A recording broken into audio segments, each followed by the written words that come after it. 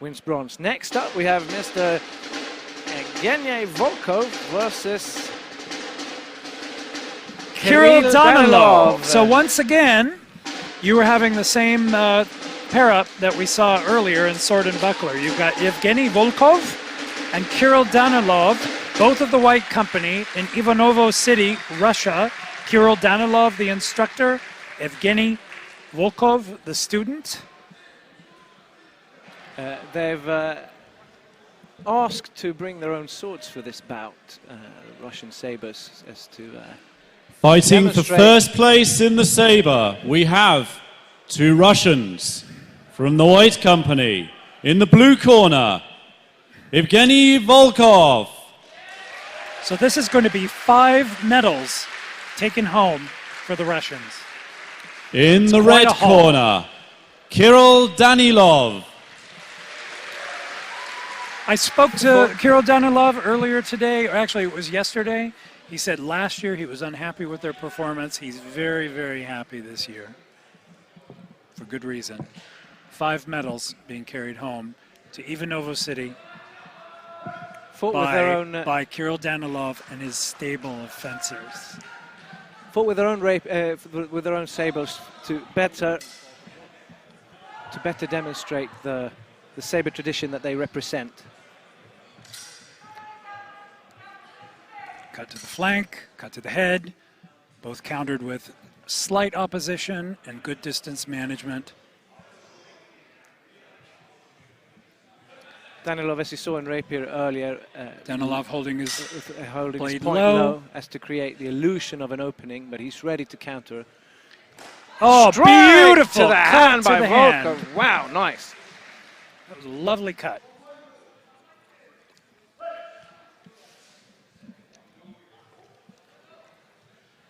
Lovely cut with a moulinet. Oh, lovely exchange with sparks.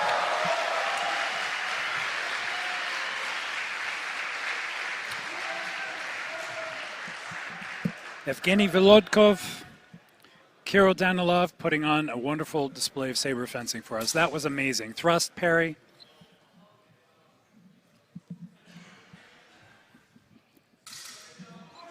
Flank cut, parry. It's a quick thrust, almost like a jab with a sword. It looked like it was a head cut. Head cut by Danilov. 2-2.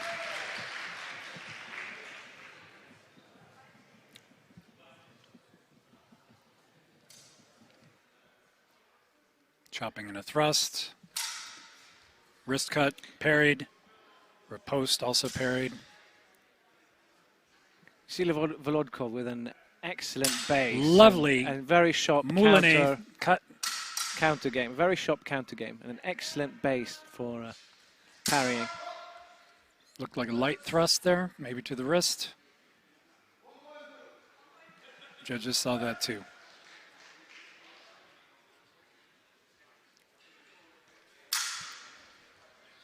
Russian cut. Nothing lands. Double cut. I thought I saw it landed. The judges did not.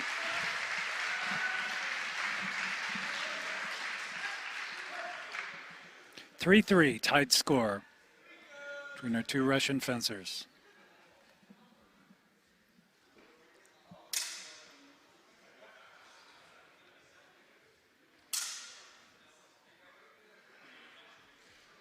Some light cuts thrown in there just as a provocation.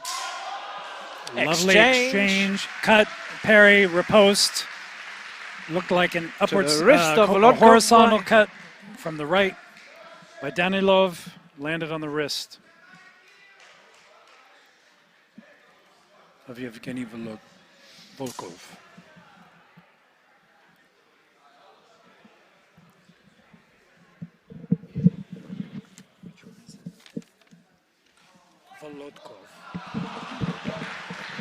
To be clear, I think there's an error on screen. You'll see his name is Evgeny Volkov. It's actually Evgeny Volodkov. Easy to get these names confused. It's Sergei Volkov and Evgeny Volodkov. Never mind the error on screen. We saw Danilov earlier in Volkov's corner for third place, where he was losing he was losing against Stanson. Volkov was losing against Stanson, and that's when you have an excellent coach, a good instructor sitting in your corner can help you turn the tide.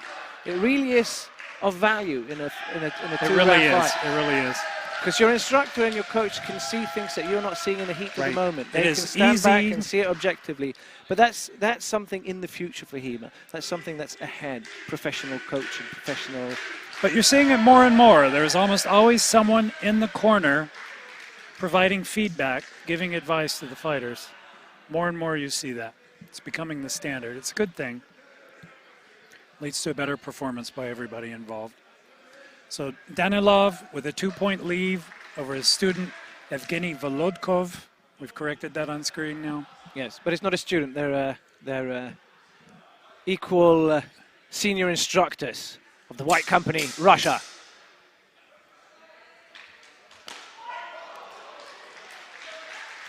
Looked like a cut to the outside of the wrist by Danilov, gaining him a point. We're at 6-3, although it doesn't show on the screen yet. Lovely exchange with sparks. I don't know if that showed up on screen. Lovely sparks. Thrust, level parry, change there. Cut. Right. Cut was also, I think the thrust landed. We are at 8-3 in favor of Danilov. Strike to the outside of Volodkov. Lands to the side of the back of Danilov. Danilov counters.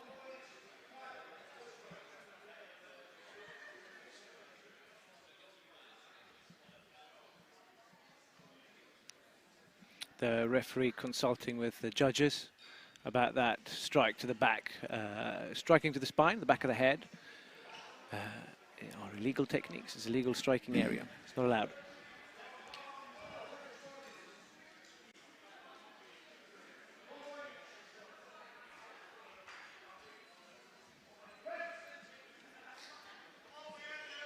Three points to 8 to Danilov in red. Cut to the flank, parried by Volodkov. Another cut to the, looked Thrust like a to thrust the to leg. Very nice. Thrust to the leg, very interesting. From a high guard.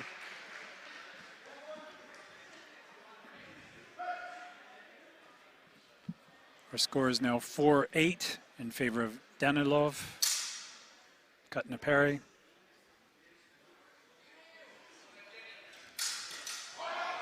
Strike to the head by Danilov. Looked like that was a horizontal cut to the left side of the head by Danilov.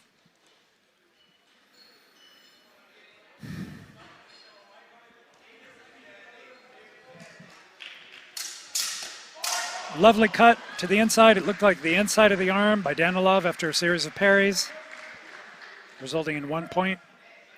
10-4 lead by Kirill Danilov, head instructor of the White Company.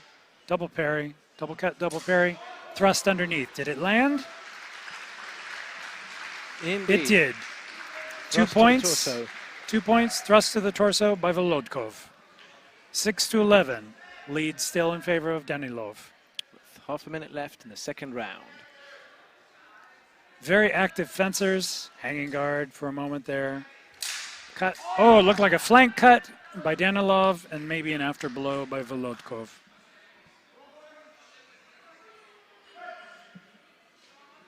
With nothing, ultimately those canceling each other out. So no change to the point value. Whoa! Nice flashy roll by Danilov. We're at the Showboating. Last exchange. Oh, it looked like a cut to the chest by Volodkov. A very nice display by our gentlemen from Double, and that will result White in no Company. change to the score. Mr. Evgeny Volodkov and Kirill Danilov. Victory for our red fencer. Kirill Danilov, lead instructor of the White Company, Ivanovo City, Russia. The real victory is for the club. It really is. And, you know, the interesting thing, though, is in Sabre, Russia has such a strong tradition. they have inputs from so many sources, contacts with the Cossacks, with the Georgians, with the Turks, with the Tartars and the Mongols over time. So many different saber, curved cutting sword traditions, all sort of coming together in that area, either that is Russia or that was controlled by Russia, and sort of feeding into this long tradition of saber play. French as well, you know, because of the contact with the French. In third place, Sergei Volkov. The student, ladies and gentlemen.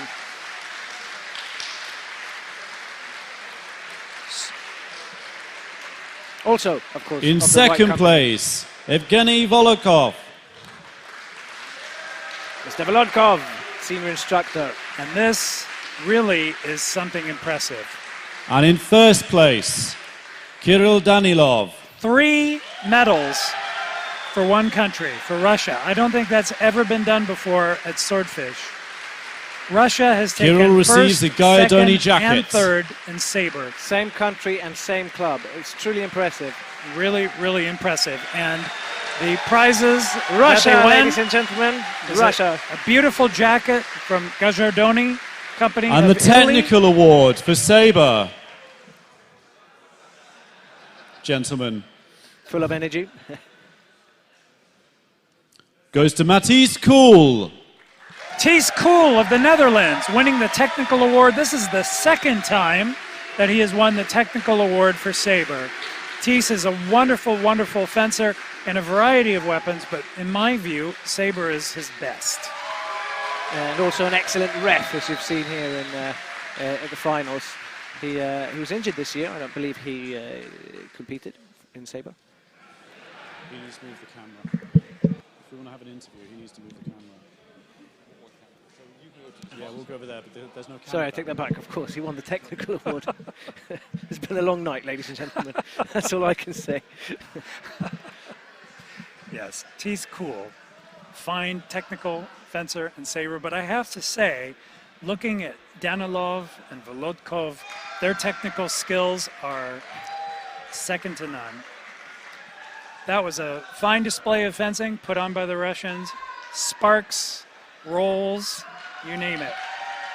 Coming up, ladies and gentlemen, our heavyweight wrestling category. For third place, you'll see a very familiar face. Mr. Staffan Sannemalm of Sweden will be fighting the American. Okay, so we're Keith joined now by Potter-Riley. Matthijs Kool, who is the winner of the technical award for saber. So, Tees, can you tell us how you feel about receiving such an award? The technical award means quite a lot to me, because I want to show that there are people who are fighters with a saber and there are saber fighters, and I really try to fight within the style that I teach and that I train in, and winning the technical award means that I did so. Okay, and obviously you're well known through a string of victories in various weapons, but you're also extremely well known as a saber teacher, so I suppose this really emphasizes something for you. I sure hope so, yeah. Can you tell us a bit about the sort of sabers you use, what particular styles you follow? Yeah, the style we do is from Siebenhaar. He was a Dutch fencing instructor and a sergeant in the Dutch military. And I also use the same saber that he has from that time. I have originals that I use for the training. So I try to stick as close to the source as I can. Do you feel it's very important to follow a Dutch tradition? Yeah, I do, because we have so many different saber sources and not many people do Dutch. So I figured that being Dutch, might as well follow that. Okay, Matthijs Kool, thank you so much and congratulations on an excellent award. Thank you. This just underscores what I said a moment ago. We have saber sources from so many traditions. So here's an example of a fine fencer, a fine instructor. He's got his own club. He focuses on saber. He teaches it. He's Dutch. He uses a Dutch source. He uses even original Dutch training weapons.